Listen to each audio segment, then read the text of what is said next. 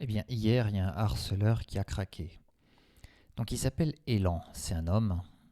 Il est dans mon entreprise. C'est un harceleur, c'est un pervers narcissique.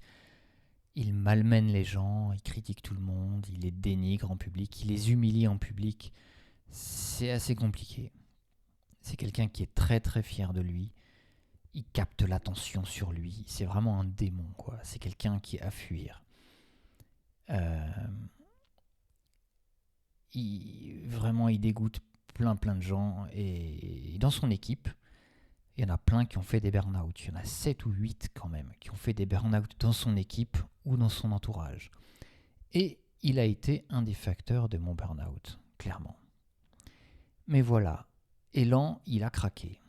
Alors, c'était lors d'un meeting en Teams, donc c'était en anglais. Elan, il n'est pas français, hein. Voilà, donc il y avait Elan, il y a Jeannette qui est la responsable finance. Et donc Elan, tout de suite, il se connecte et je remarque qu'il a une drôle de voix. C'est assez bizarre. Il doit rendre une étude et puis en fait, il ne s'est pas prêt. Et il commence à se plaindre, ce qui lui arrive jamais. C'est incroyable. Je l'ai jamais entendu avec une voix pareille vraiment se trouver des excuses pour dire ah, je peux pas. Il essaye de trouver des excuses, ce qui est vraiment incroyable. On l'a jamais entendu dire ça.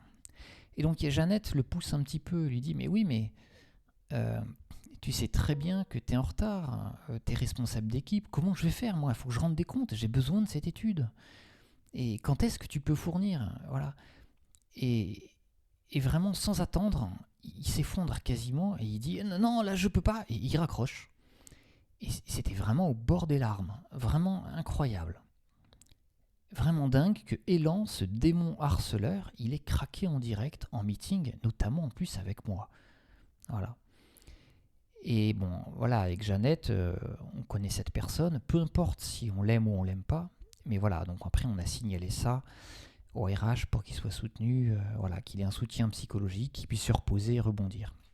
Mais voilà, c'est pas le cas, c'est pas ce que je voulais dire maintenant, mais je voulais vraiment en parler pour qu'est-ce qu'on apprend de ça. Eh bien, en numéro un, c'est que même les harceleurs craquent. Ce sont des humains, ils ont des faiblesses, ils ont des limites. Et clairement, ce qu'on voit, c'est que ce harceleur-là, ce pervers narcissique qui cherche à détruire les gens, ben en fait, peut-être qu'il est ainsi pour masquer une faiblesse, pour paraître. Voilà. Est-ce qu'il est vraiment comme ça? Pourquoi il est comme ça? Qu'est-ce qui... Voilà. C'est quelque chose qui me fait beaucoup réfléchir. Même les harceleurs craquent. Ils ne sont pas plus forts que les autres. En deuxièmement, ce que je peux voir, parce qu'après on en a discuté un peu avec Jeannette, c'est que les personnes qui harcèlent, qui font du mal aux autres, ne sont pas aimées. Et elles ne sont pas respectées non plus. Les gens les détestent et ne vont pas les aider. Alors ok, bien sûr, on prévient la RH parce qu'on n'est pas des démons nous non plus, hein, mais ils ne vont pas les aider dans leur travail. Cette personne, elle est responsable, Elan, il est responsable de fournir le travail, là, l'étude. Ben, on ne va pas l'aider, hein. C'est à lui de le faire, hein. Et en troisièmement, c'est que ma stratégie vis-à-vis de ce harceleur a très très bien fonctionné. En fait, dès le retour du burn-out, j'ai décidé de traiter cette personne comme un peu comme une chose, comme un objet. C'est-à-dire que ce qu'il dit, c'est une information que j'écoute, que j'entends, que je comprends et que je prends telle quelle sans interpréter. Donc s'il demande de faire une action, si c'est important, ben je le fais. Mais si c'est pas important, j'ignore tout simplement. J'ignore. Si c'est une critique, je m'en fiche complètement. Et du coup, du jour au lendemain, il ne m'a plus jamais importuné. J'ai eu quelquefois une petite pique, mais ça a glissé sur moi. Voilà, il n'a plus aucune prise sur moi. Même quelquefois, je suis revenu un peu dans l'émotionnel, mais très rapidement, voilà, en relativisant, on se dit mais non, mais de toute façon, ce mec n'est pas intéressant. Voilà, la critique, tout, ça glisse totalement sur moi. Il a dû le voir, j'ai plus rien eu après. Voilà. Donc voilà ce que j'apprends. Les harceleurs craquent, ils sont comme les autres, hein.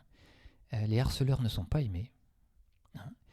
Et une bonne stratégie qui peut marcher, ben, c'est de se dire c'est quelqu'un comme un autre, je prends l'information et je traite juste ce qu'il faut. Si c'est pas important, si c'est une attaque, on s'en fout en fait. Voilà. Allez, bon courage.